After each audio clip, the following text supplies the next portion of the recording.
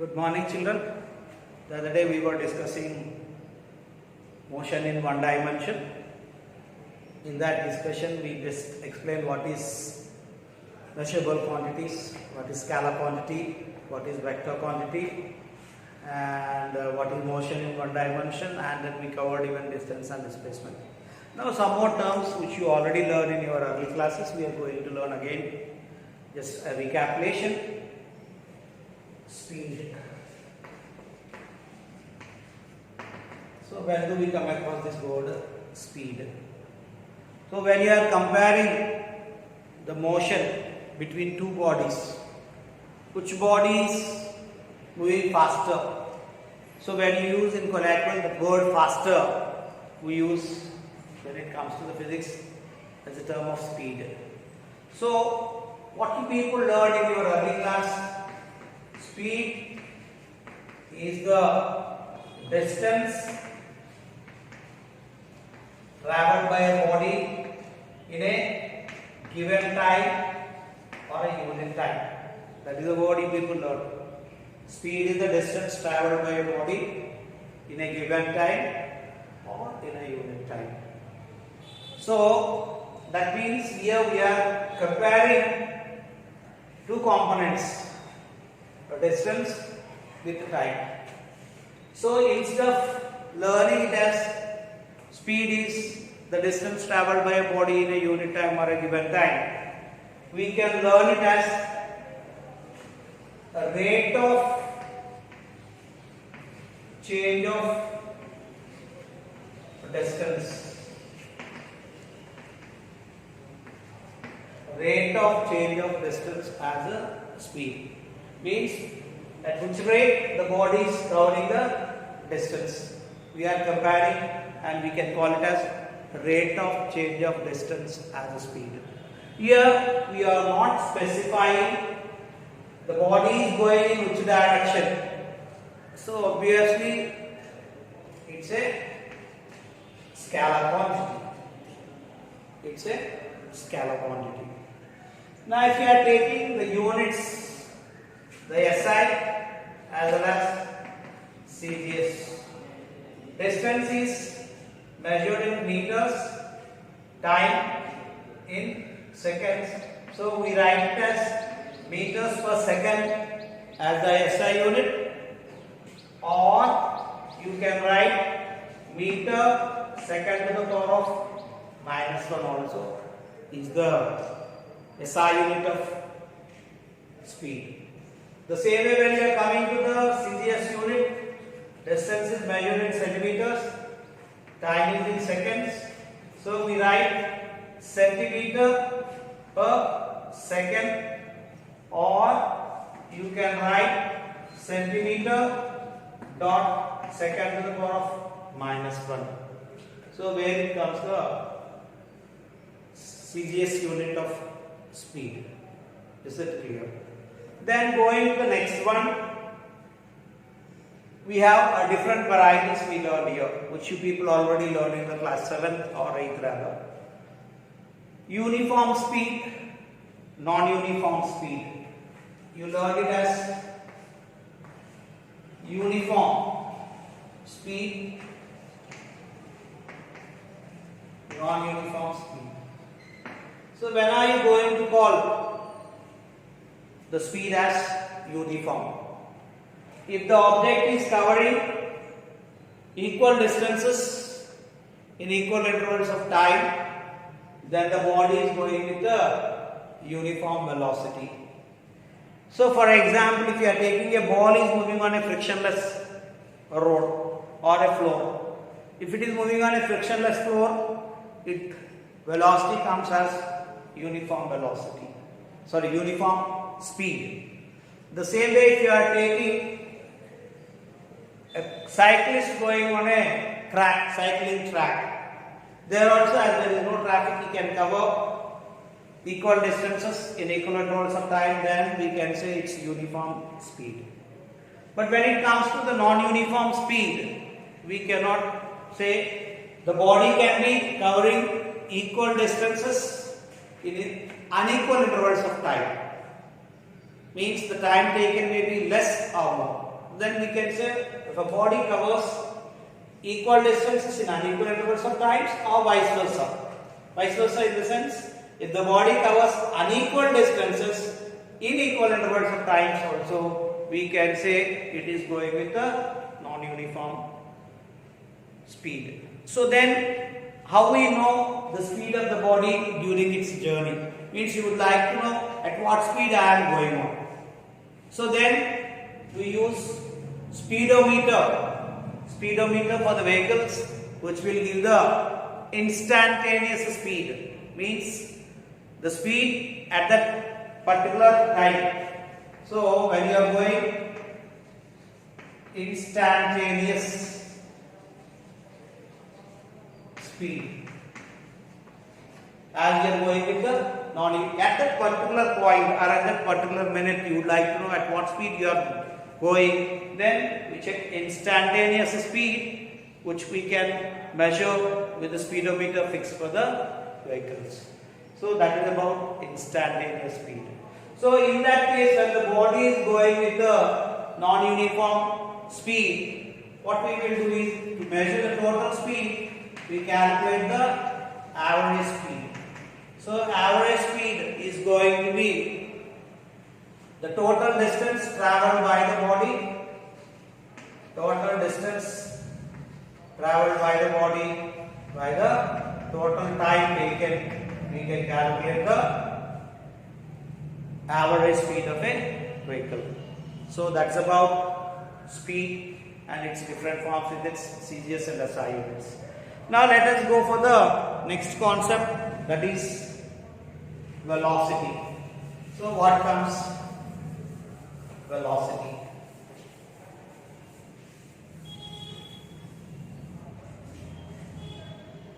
This also you people learned in your early classes. Velocity. What you learn is the distance covered by a body in a given time or a unit time in a specified direction or in a particular direction. That means velocity is equal to distance traveled by time in a particular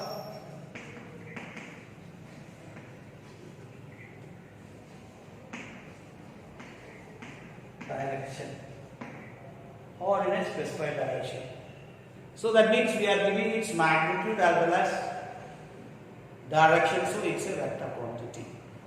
So speed is the distance traveled by a body in a given time or in a unit time in a particular direction. Now we modify it. How we are modifying? So if you are taking distance in a particular direction, the word distance in a particular direction can be replaced with the displacement, as you learned in the previous. Displacement is the shortest distance from initial position to final position. So initially at which place you are traveled in which direction and reached which destination also we are telling. So we can replace instead of distance in a particular direction with the word displacement. So then velocity is equal to displacement by time. Instead of writing it as displacement by time, we can write it as rate of change of displacement. Rate of change of displacement is also can be told as velocity, and it's a vector quantity. Velocity is a vector quantity as it's having both magnitude and the direction. Here also the units when we are taking SI, meters per second, that is n/second, or you can write ms in the form of as the SI unit. When you are taking the CGS unit, centimeter per second as the, or you can write centimeter dot secant to the power of -1 as the CGS unit. Then going to the next one, velocity is also going to be 2 as uniform, non-uniform. So when you are going to call it as uniform velocity, when you are going to call it as non-uniform velocity. If the body is covering equal distances in equal intervals of times in a particular direction, then we call the velocity as uniform velocity. If the body is covering unequal distances in equal intervals of time at a particular direction, unequal distances in equal intervals of times at a particular direction, or you can say covering equal distances in equal intervals of times but different directions. That time also we can say it's going with the non-uniform velocity. So the same way as I told, when it is moving with non-uniform velocity, we take instantaneous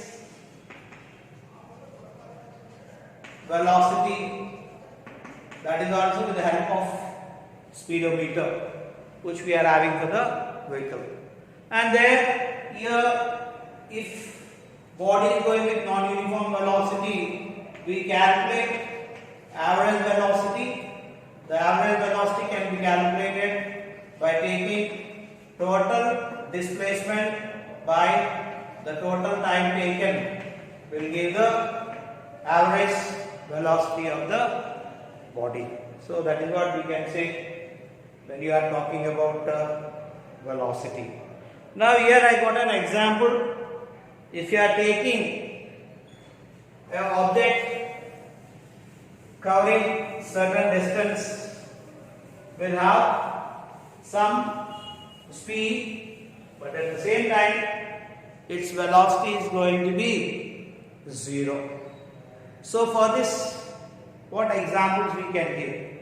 So I am telling that when an object is covering certain distance, in covering that certain distance it will have some velocity, whereas its speed as value, whereas velocity becomes 0. For example, if you take an object and thrown from the ground to a height of h, and then from that it's falling the same height h. So in this case, if you are taking the the speed of the body, the speed of the body is distance by time we told. So what is the distance traveled here? H plus h is the distance, and to go up and come, how much time it is taken will give the speed, that is 2h by t. At the same time, if you are taking its velocity, velocity v is being vector, is going to be initially at the ground, finally at the ground. So displacement we told, displacement by time, initially at ground, finally at the ground. So the displacement is 0 and by time. So 0 by something is 0. So hence, when the body is going to a certain height and coming back to the same position, will have some speed, and at the same time its velocity is going to be 0. The same way, if you are taking another example, so if the body is going on a circular path, the body is going on a circular path like this. Say it is initially at A, covering from A and travel all the way and reach to A. So in that case, if you are taking what is the speed of it, speed is equal to distance by time we told. What is the distance traveled here? This is the total distance, that is the circumference of the circle. So the circumference of the circle, you people learn 2 pi r, and how much time it is taken will give the speed to you. At the same time, what about its velocity? the velocity is going to be, we told, displacement by time. What is the displacement? It is initially at A and covered and weight came back B after moving on the circular path. So since initially is at A, finally is at A, and displacement is 0, time is by time, it is going to be 0. So where the body moving on a circular path, the velocity of the body is going to be 0, whereas its speed is not going to be 0. So that is what we can talk about speed and velocity. Is it clear? Okay, we'll see it again.